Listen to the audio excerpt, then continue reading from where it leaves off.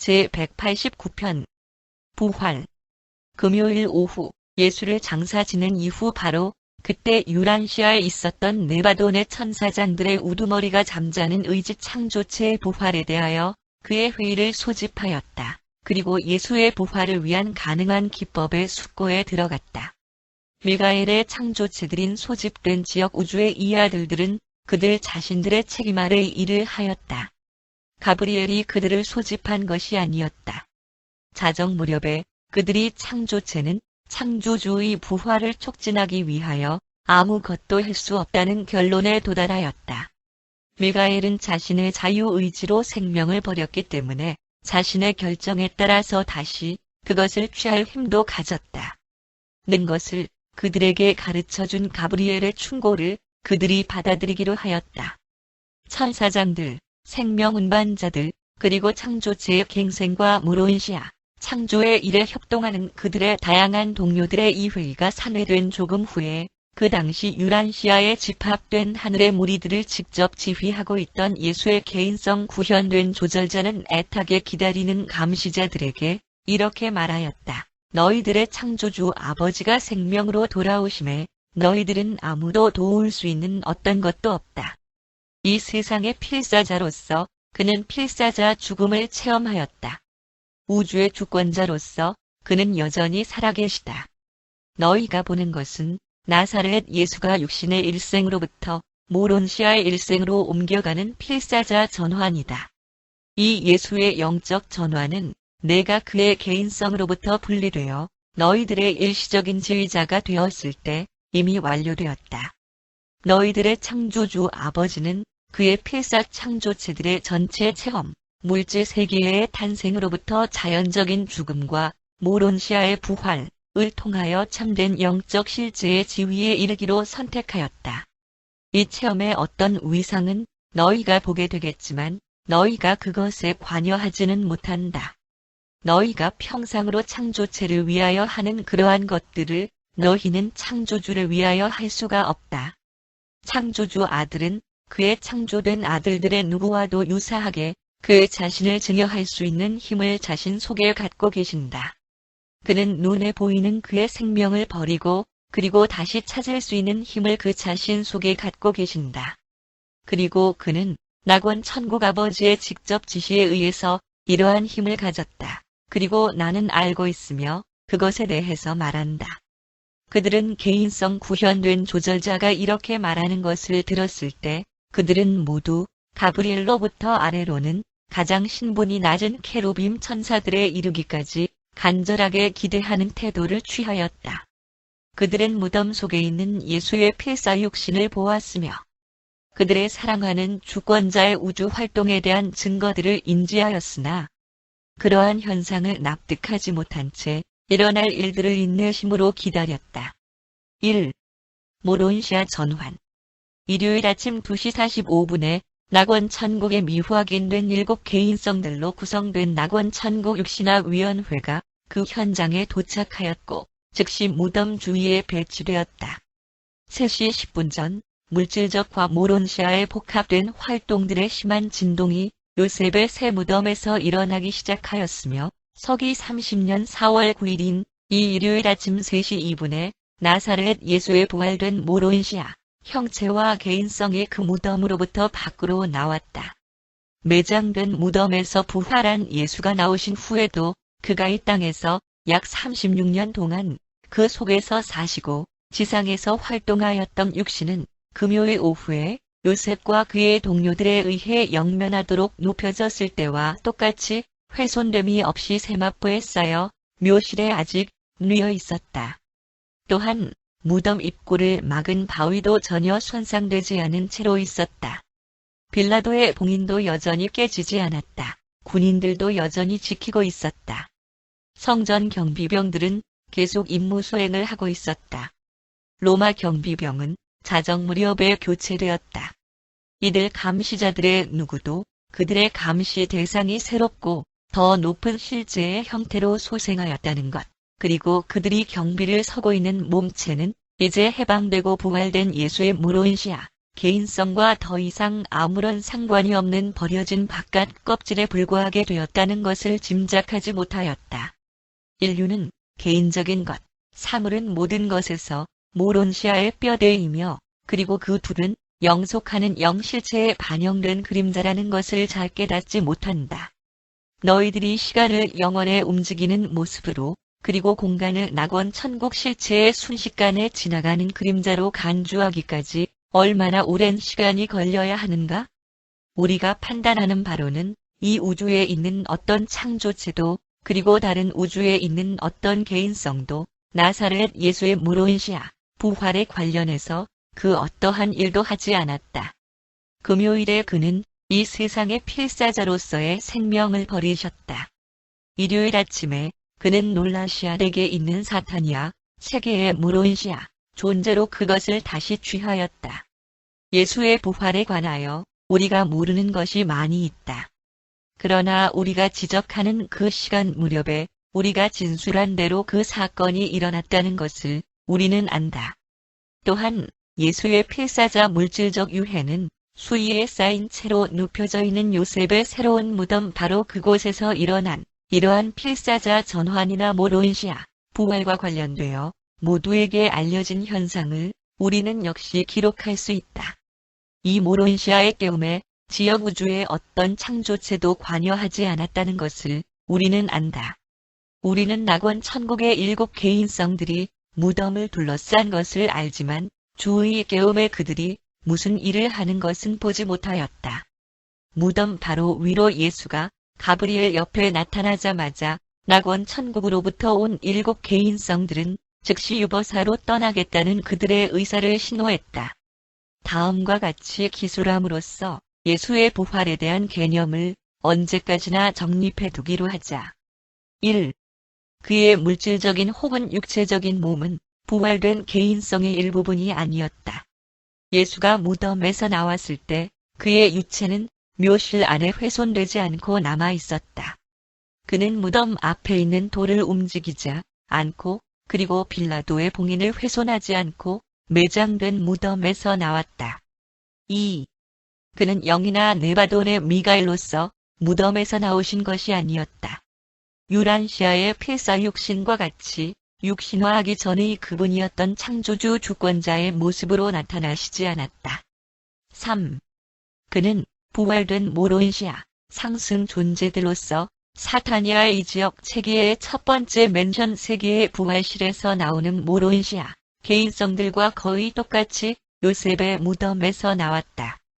그리고 1번 맨션계 부활실들의 넓은 뜰 가운데에 있는 미가엘 기념관의 존재가 우리들에게 유란시아에서의 주의 부활이 맨션 세계들 체제의 첫 번째인 이곳에서 어떤 방법으로 촉진되었다는 것을 추측할 수 있게 한다.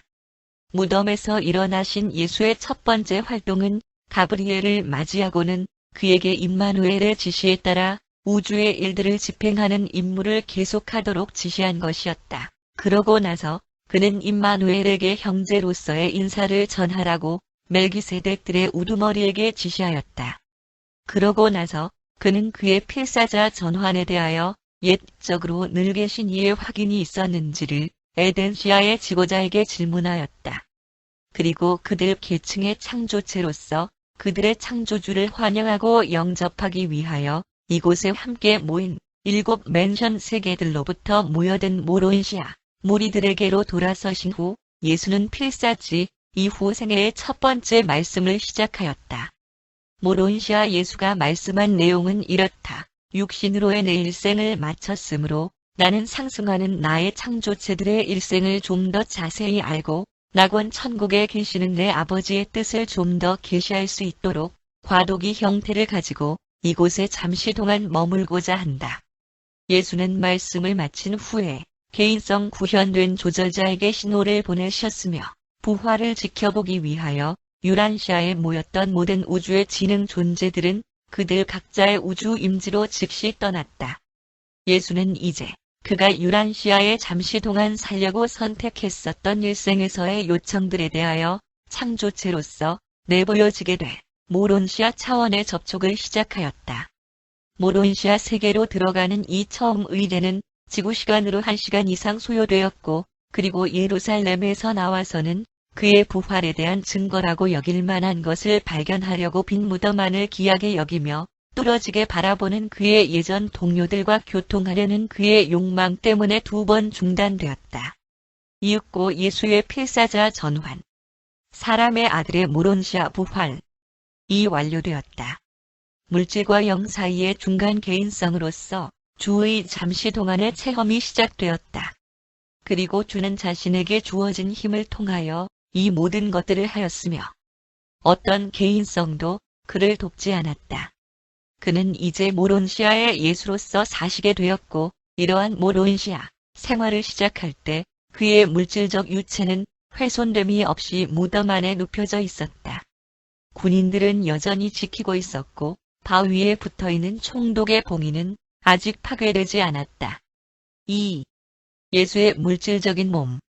3시 10분 부활한 예수가 사타니아의 7 맨션 세계들로부터 모여든 모론시아 개인성들과 형제 우애를 가지는 동안의 천사장들. 부활의 천사들. 의 우두머리가 가브리엘에게 다가가서 예수의 유체에 관해서 질문하였다. 천사장들의 우두머리는 이렇게 말하였다. 우리의 주권자 미가엘의 증여 체험에서의 모론시아 부활에는 우리가 참여하면 안 될지 모르지만 남아있는 그의 유체를 즉시 분해하는 일은 우리에게 맡겨주셨으면 합니다. 우리는 우리의 비물질화의 기법을 사용하려는 것이 아닙니다. 우리는 단지 시간을 가속시키는 과정을 행사하고 싶습니다. 우리는 주권자께서 유란시아에 사시는 것과 돌아가시는 것을 본 것으로 만족합니다. 하늘의 무리들은 우주의 창조주이시며 유지자이신 그의 인간 형태가 서서히 부식되어 가는 장면을 기억하고 싶지 않을 것입니다. 네바돈 전체의 하늘지능 존재들의 이름으로 나는 저에게 나사렛 예수의 필사뭉체의 보호관리를 위임해 주시어 우리가 즉각적인 분해 과정을 진행하도록 하는 권한을 요청합니다. 그리고 가브리엘이 에덴시아의 지도자, 선임자와 협의하였을 때 하늘 무리들의 천사장 대변자는 그가 결정하는 대로 예수의 물리적 잔재에 대한 그런 처분을 행하도록 허락되었다. 천사장들의 우두머리는 이 요청이 허락된 후 그는 모든 계층의 하늘 개인성들의 대표자들로 이루어진 수많은 무리와 함께 많은 그의 동료들을 그의 보조로 소집하였고 그러고 나서 유란시아 중도자들의 도움으로 예수 육체적 몸체를 점유하러 나섰다. 이 유체는 순수하게 물질적 창조였다. 그것은 물리적인 것이며 말 그대로였다. 그것은 부활의 모론시아 형태가 봉인된 묘실을 빠져나갈 수 있었던 것처럼 그렇게 무덤에서 옮겨질 수는 없었다. 어떤 모론시아 보조 개인성들의 도움에 의하여 모론시아 형태는 한때 마치 영과 같이 그렇게 통상의 물질과는 무관하게 될 수 있고 한편 또 다른 때에는 이 세상의 필사자들과 같이 물질적인 존재들에게 식별될 수 있고 또 접촉될 수 있다. 그들이 유체의 거의 순간적인 분해로 경건한 처리를 위하여 예수의 유체를 무덤에서 옮길 준비가 되었을 때 무덤 입구에서 돌들을 굴려내는 일이 유란시아의 2차 중도자들에게 할당되었다. 두 돌들 중에서 보다 큰 것은 맷돌 모양의 거대한 원형 바위였으며 그것을 앞뒤로 움직여 무덤을 열고 닫을 수 있도록 바위 위를 끌로 파낸 홈을 따라서 움직였다. 무덤을 지키던 유대인 경비병들과 로마 군인들은 새벽의 희미한 빛 속에서 이 거대한 돌이 겉으로 보기에 저절로 그러한 움직임을 일으킬 만한 수단이 아무것도 눈에 보이지 않은 채로 무덤 입구로부터 굴러나오는 것을 보았을 때 그들은 두려움과 공포심에 사로잡혔으며 그 현장으로부터 급히 도망쳐버렸다. 유대인들은 자기 집으로 도망갔다가 나중에 돌아가 성전에 있는 지휘관에게 이 일들을 보고하였다. 로마인들은 안토니아의 요새로 도망갔고 백부장이 출근하자마자 자기들이 목격한 것을 그에게 보고하였다. 유대인 지도자들은 반역자 유다에게 뇌물을 줌으로써 예수를 제거하고자 하는 야비한 일을 시작하였다. 그리고 이제 이러한 난처한 상황에 직면하게 되었을 때 자기 위치를 이탈한 그 경비병들에게 벌을 주려는 생각 대신에 그들은 이 경비병들과 로마 군인들을 돈으로 매수하였다. 그들은 20명의 사람들 각자에게 일정한 양의 돈을 나누어 주면서 우리가 밤에 잠을 자는 동안 그의 제자들이 우리들을 갑자기 습격하고 그의 시체를 가져갔다. 고 말하도록 지시하였다. 그리고 그 유대인 지도자들은 그들이 뇌물을 받은 것에 대하여 혹시 빌라도가 알게 되는 경우에 그 총독 앞에서 군인들을 변호해 주겠다고 약속하였다. 예수의 부활에 대한 그리스도 교인의 믿음은 빈 무덤의 사실에 기초를 두었다. 무덤이 비어 있었던 것은 정말로 하나의 사실이기는 하였지만 이것이 부활에 대한 진리는 아니다. 처음 신자들이 무덤에 도착하였을 때 무덤은 정말로 비어 있었고 이 사실은 주의 확실한 부활에 대한 사실과 연합되어 진실이 아닌 믿음, 곧 예수의 물질적이고 폐사육신이 무덤으로부터 일어났다는 가르침의 형성으로 이끌었다. 영적 실체들과 영원한 가치들과 관계가 있는 진리는 항상 분명한 사실들의 조합에 의해서 이루어질 수는 없다. 각각의 사실들이 물질적으로 옳을지라도 여러 사실들이 합쳐진 것이 반드시 참된 영적 결론들로 인도하는 결과가 아니다. 요셉의 무덤이 비어 있었던 것은 예수의 시신이 회복되거나 부활되었기 때문이 아니라 시간적 지연의 간섭 없이 그리고 폐사자 분해와 물질적으로 부패되는 평범하고 눈에 보이는 과정들의 작용을 거치지 않고 먼지가 먼지로 돌아가는 특별하고 독특한 분해를 하자는 하늘 무리들의 요청이 허락을 받았기 때문이었다. 예수의 필사유체는 시간의 관점에서 자연적 분해 방식이 크게 가속화되어 거의 순간적으로 이루어지며 촉진되었다는 것을 제외한다면 이 세상에 있는 모든 인간의 몸체들의 특징에서처럼 원소가 분열되는 똑같은 자연적인 과정을 겪은 것이었다. 비록 부활한 모론시아, 주를 만나고 알아보고 또한 같이 교제한 많은 사람들의 증거에 의해서 이 가르침이 확증되기는 하지만 미가엘 부활의 참된 증거들은 본질적으로 영적인 것들이다. 그가 유란시아를 최종적으로 떠나시기까지 그는 거의 1000명에 달하는 인간 존재들의 개인적 체험의 일부가 되었다. 3. 섭리시대적 부활.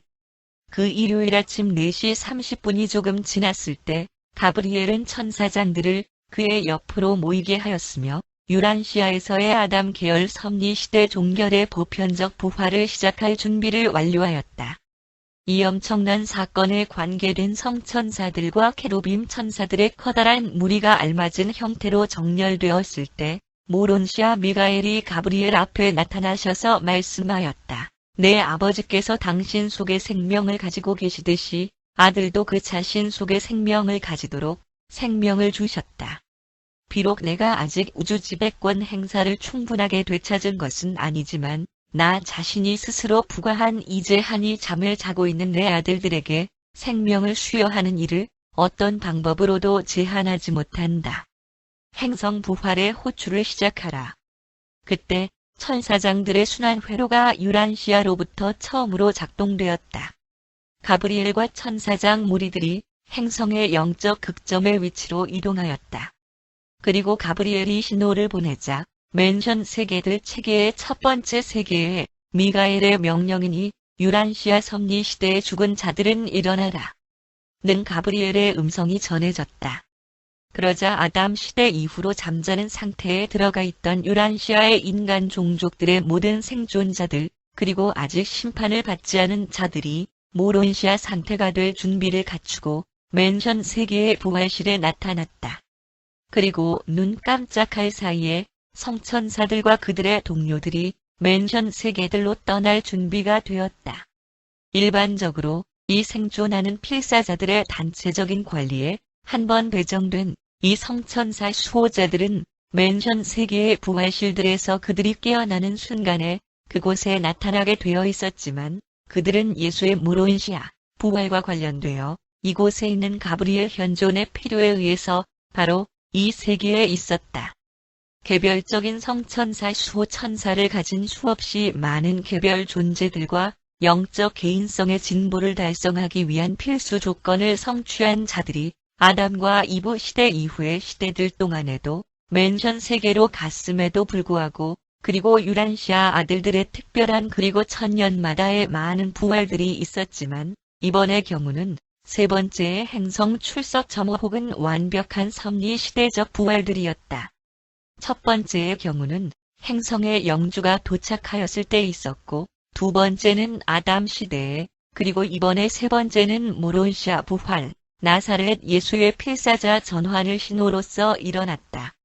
천사장들의 우두머리가 행성 부활의 신호를 받고 나서 사람의 아들의 개인성 구현된 조절자는 지역우주의 모든 아들들을 그들 각자의 해당 지휘관들의 관할권 아래로 돌아가게 하면서 그의 권한을 유란시아에 모인 하늘 무리들에게 양도하였다.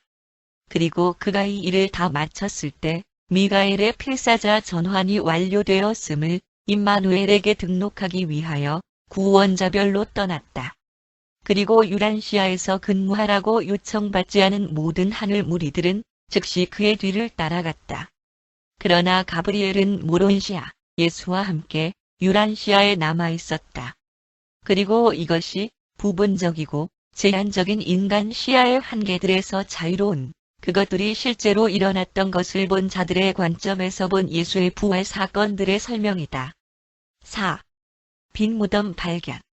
일요일 새벽 예수가 부활한 시간에 대하여 이야기할 때 10명의 사도들이 엘리야와 마리아 마가의 집에 머물고 있었다는 것을 상기해야만 할 필요가 있으며 그들은 그 다락방 안에 주와 함께 마지막 만찬을 나누는 동안 기대고 앉아 있었던 바로 그 의자 위에 누워서 잠들어 있었다.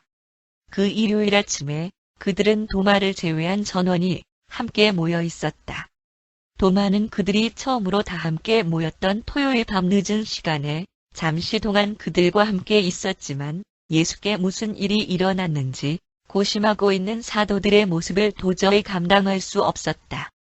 그는 자기 친구들을 둘러본 후에 즉시 그 방을 떠났으며 벳바게에 있는 시몬의 집으로 갔고 그는 그곳에서 자신의 불행을 혼자서 비통해할 생각이었다. 사도들 모두가 겪은 고통은 의심과 절망에서 기인된 것이라기보다는 오히려 두려움과 비탄 그리고 수치심에서 기인된 것이었다. 니고데모의 집에는 다윗 세베대와 아리마대 요셉, 예수의 예루살렘 제자들 중에서 보다 두드러진 12명 내지 15명의 제자들이 함께 모여 있었다. 아리마대 요셉의 집에는 15명 내지 20명의 지도적인 여자 신도들이 있었다. 오직 이 여인들만이 요셉의 집에 머물면서 안식일 기간 동안 그리고 안식일이 끝난 저녁 시간 동안 숨어 있었기 때문에 그들은 경비 부대가 무덤을 지키고 있다는 것을 알지 못하였으며 뿐만 아니라 그들은 두 번째 돌을 무덤 앞에 굴려놓았다는 사실과 이 두 돌들에 빌라도의 봉인이 되어져 있었다는 사실도 알지 못하였다. 이 일요일 아침 3시 조금 전 날이 밝아오는 첫 번째 징후가 동쪽에서 나타나기 시작할 무렵에 5명의 그 여인들이 예수의 무덤을 향하여 출발하였다. 그들은 이미 많은 양의 특별한 향료 기름을 준비하였으며 많은 세마포 헝겊을 가져갔다. 그것은 예수의 시신에 더욱 완벽하게 기름을 바르고 새로운 헝겊으로 조심스럽게 싸기 위한 목적에서였다. 예수의 시신에 기름을 바르기 위하여 길을 떠난 여인들은 다음과 같다. 막달라 마리아, 알페오 쌍둥이의 어머니 마리아, 세베대 형제의 어머니 살로메, 수자의 아내 요한나, 알렉산드리아에서 온 에즈라의 딸 수잔나. 기름을 소지하고 있는 5명의 여인들이 빈 무덤에 도착한 것은 3시 30분경이었다.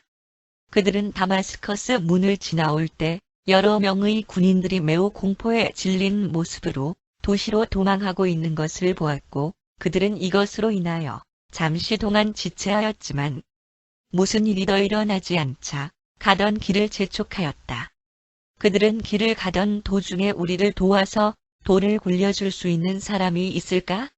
라고 서로 물어보았기 때문에 무덤 입구에서 돌이 이미 굴려져 있는 것을 본 그들은 매우 놀랐다. 그들은 짐을 내려놓고 크게 기이히 여기면서 그리고 두려워하면서 서로 얼굴만 바라다 보았다. 그들이 공포에 떨면서 그곳에 서 있는 동안 막달라 마리아는 보다 작은 바위돌을 옆으로 비키면서 열린 묘실 안으로 과감하게 들어갔다. 이 요셉의 무덤은 길 동편 언덕 위에 있는 그의 공원 안에 있었고 동쪽 방향으로 위치해 있었다. 이때에는 새 날이 어느 정도 밝아진 후였으므로 마리아는 주의 시신이 눕혀져 있었던 자리를 어느 정도 식별할 수 있었으며 그것이 사라졌다는 것을 알 수 있었다.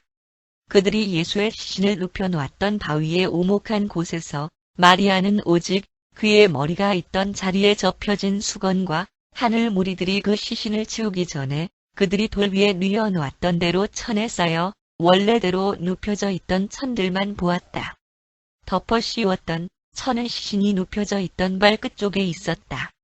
마리아는 무덤 입구에서 잠시 동안 기다린 후에서야 무덤에 처음 들어갔을 때에는 확실하게 보지 못하였다. 예수의 시신이 없어졌고 그 자리에 오직 수의들만 있음을 보았으며 놀라서 비명을 질렀다. 여인들은 모두 크게 두려워하였으며 성문에서 겁에 질린 군인들을 만난 이후로 그들은 몹시 초조하였으므로 마리아가 놀라서 소리를 지르자 그들은 공포에 사로잡혀서 재빨리 도망쳤다. 그들은 단숨에 다마스커스 문까지 달려갔다. 그때 요한나가 마음을 추스리게 되었고 마리아를 그곳에 두고 자기들만 도망쳤다는 것을 기억하고 동행자들을 불러 세운 후에 다시 무덤으로 향하였다. 무덤에서 나왔을 때 그곳에서 기다리고 있어야 할 자매들이 아무도 없는 것을 보고 더욱 공포에 질려버렸던 막달라 마리아는 그들이 무덤 가까이로 돌아오자 그들에게 달려와서 흥분한 목소리로 이렇게 소리쳤다. 그가 거기에 없다. 저들이 그를 가져가 버렸다. 그리고 그녀는 그들을 무덤으로 데리고 갔으며 모두 들어가서 그곳이 비어있는 것을 보았다. 5명의 여인들이 모두 입구 근처에 있는 바위 위에 앉아서 벌어진 상황에 대해 이야기하고 있었다. 그들은 아직도 예수가 부활하였다는 사실을 생각하지 못하고 있었다. 그들은 자기들끼리만 안식일을 보냈다. 그리고 그들은 시신이 다른 무덤으로 옮겨졌을 것이라고 추측하였다. 그러나 그들은 그런 식으로 문제의 해결책을 숙고할 때 수위가 가지런히 놓여 있었던 것에는 주의를 기울이지 못하였다. 시신이 옮겨졌음에도 불구하고 그것을 싼 그 헝겊들은 어떻게 하여 묘실 선반 위 똑같은 자리에 명백히 원래대로 남겨져 있었겠는가? 새날이 밝아오는 이른 아침에 이 여인들이 그곳에 앉아 있을 때 그들은 한쪽 옆에 아무 말 없이 움직이지 않고 앉아있는 낯선 사람을 발견하였다. 잠시 동안 그들은 다시 놀랐지만 막달라 마리아는 마치 그를 정원 관리인으로 생각한 것처럼 그에게 달려가서 이렇게 물었다. 우리 주를 어디에 두었습니까? 그들이 그를 어느 곳에 눕혀 놓았습니까? 우리가 가서 그를 데려오게 우리에게 알려주십시오. 그 낯선 사람이 아무 대답도 하지 않자 그녀는 흐느껴 울기 시작하였다. 그러자 예수가 그들에게 너희가 누구를 찾느냐? 고 물었다. 마리아는 이렇게 대답하였다. 요셉의 무덤에 눕혀졌던 예수를 찾습니다. 그러나 그가 없습니다. 그들이 그를 어디로 옮겼는지 당신은 아십니까? 그러자 예수가 이렇게 말씀하였다. 그 예수가 갈릴리에서도 너희에게 말하기를 자기가 죽을 것이지만 다시 살아나리라고 하지 않았느냐? 이 말씀이 그 여인들을 깜짝 놀라게 하기는 하였지만 주가 너무나 많이 변화되어 있었으므로 어슴푸레하게 밝아오는 빛을 등지고 계시는 그를 아직 알아보지 못하였다. 그리고 그들이 그의 말씀을 골똘히 생각하고 있을 때 그는 귀에 익은 목소리로 마리아야 라고 부르셨다. 그리고 늘 듣던 동정심과 애정에 넘치는 인사의 말을 들은 그녀는 그것이 주의 음성인 것을 알아보았으며 그의 앞으로 달려가 무릎을 꿇으며 이렇게 소리쳤다. 나의 주님, 그리고 나의 주시여. 그제야 다른 여인들도 모두 영광스러운 모습으로 자기들 앞에 서 계신 그가 주이신 것을 알아보았으며 신속히 그의 앞으로 가서 무릎을 꿇었다. 이 사람들의 눈이 무로인시야 형태의 예수를 알아볼 수 있었던 것은 그때 예수와 함께 있었던 어떤 모로인시아 개인성들과 공동으로 작용한 변환자들과 중도자들의 특별한 서명활동 때문이었다. 마리아가 그의 발을 껴안으려고 하자 예수는 이렇게 말씀하였다. 마리아야, 내가 육신으로 나를 알았던 것과 같은 내가 아니므로 나를 만지지 마라. 나는 아버지께로 올라가기 전에 이런 형태로 너희와 잠시 동안 함께 있을 것이다. 그러나 너희는 이제 모두 가서 내 사도들에게 그리고 베드로에게 내가 부활되었다는 것과 너희가 나와 이야기하였다는 것을 전해라. 이 여인들은 놀라서 어리벙벙하였던 충격에서 벗어나자 급히 도시로 돌아가서 엘리야 마가의 집으로 갔으며 자기들에게 일어난 모든 일들을 그곳에 있는 10명의 사도들에게 이야기하였으나 사도들은 그들을 믿으려 하지 않았다. 그들은 처음에는 그 여인들이 환상을 본 것이라고 생각하였으나 예수가 자기들에게 하였던 말씀을 막달라 마리아가 되풀이하여 말하였을 때 주가 자기 이름을 말씀하였다는 것을 들은 베드로는 급히 무덤에 가서 이 일들을 직접 확인하려고 다락방을 뛰쳐나갔으며 요한이 바로 뒤쫓아 따라갔다.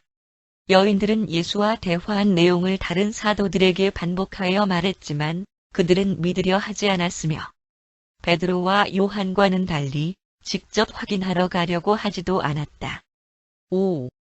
무덤에 도착한 베드로와 요한. 두 사도들이 골고다에 있는 요셉의 무덤을 향하여 달려가는 동안 베드로의 생각들은 두려움과 희망 사이에서 왔다 갔다 하였다. 그는 주를 만나게 되는 것을 두려워하였다. 그러나 예수가 자기에게 특별한 말씀을 하였다는 이야기 때문에 그의 희망이 솟아났다. 그는 예수가 정말로 살아났다는 사실을 반쯤 믿게 되었다. 그는 세 번째 날에 일어나신다는 약속을 회상하였다. 묘한 일이기는 하지만 십자가형이 있은 이후로 그가 예루살렘을 지나 북쪽으로 급히 달려가는 이 순간까지 그 약속이 그에게 생각나지 않았었다. 요한은 성 밖으로 급히 나가면서 기쁨과 희망의 야릇한 환희가 그의 혼 속에 솟아나고 있었다. 그는 그 여인들이 부활한 주를 정말 만났다는 것을 반쯤 납득하고 있었다. 베드로보다 나이가 어린 요한은 그를 앞질러 뛰어갔으며 먼저 무덤에 도착하였다. 무덤을 보면서 요한은 문 앞에 머물렀다. 그리고 그것은 마리아가 설명한 대로였다. 바로 이어서 시몬 베드로가 달려왔고 들어가서 너무나 색다르게 놓여있는 수의들과 빈 무덤을 살펴보았다. 베드로가 무덤에서 나오자 요한도 들어가서 직접 그 모든 것들을 살펴보았으며 그 후에 그들은 바위 위에 걸터 앉아 자신들이 보고 들은 것이 무엇을 의미하는지 곰곰이 생각하였다. 그들이 그곳에 앉아있는 동안 예수에 관하여 들은 모든 것들을 마음속에 새겨보았으나 무슨 일이 일어났는지 분명하게 깨달을 수가 없었다. 베드로는 처음에 무덤이 약탈당했다. 경비병들을 매수하고 적들이 시신을 훔쳐갔다라고 주장하였다. 그러나 요한은 시신이 도둑을 맞았다고 하기에는 무덤이 너무 질서정연하게 되어 있다는 판단을 내렸으며 또한 어떻게 하여 헝겊들이 남겨져 있는지 그리고 그렇게 명백히 원래대로 남아있을 수 있는지 의문을 제기하였다. 그리고 그들은 함께 다시 무덤으로 들어갔고 보다 자세하게 수의들을 살펴보았다. 그들이 두 번째로 무덤에서 나왔을 때 그들은 막달라 마리아가 돌아와 무덤 입구에서 울고 있는 것을 보았다. 마리아는 예수가 무덤에서 일어나신 것을 믿으면서 사도들에게 갔었지만 그들이 모두 그녀의 말을 받아들이려고 하지 않자 그녀는 낙심하고 절망하게 되었다. 그녀는 귀에 익은 예수의 음성을 들었다고 생각되는 무덤 근처로 돌아오고 싶었던 것이다. 베드로와 요한이 돌아간 후 마리아가 아직 그곳에 남아있을 때 주는 다시 그녀에게 나타나셔서 이렇게 말씀하였다. 의심하지 말고 내가 보고 들은 것을 믿을 수 있는 용기를 가져라. 내가 부활하였다는 것과 내가 그들에게도 나타나리라는 것 그리고 약속대로 그들보다 먼저 내가 곧 갈릴리로 갈 것이라는 말을 그들에게 가서 다시 전해라. 마리아는 급히 마가의 집으로 돌아갔고 예수와 대화를 나눈 것에 대하여 사도들에게 말하였으나 그들은 그녀의 말을 믿으려 하지 않았다. 그러나 베드로와 요한이 돌아오자 그들의 조롱하는 태도는 사라졌으며 두려움과 불안으로 가득 차게 되었다.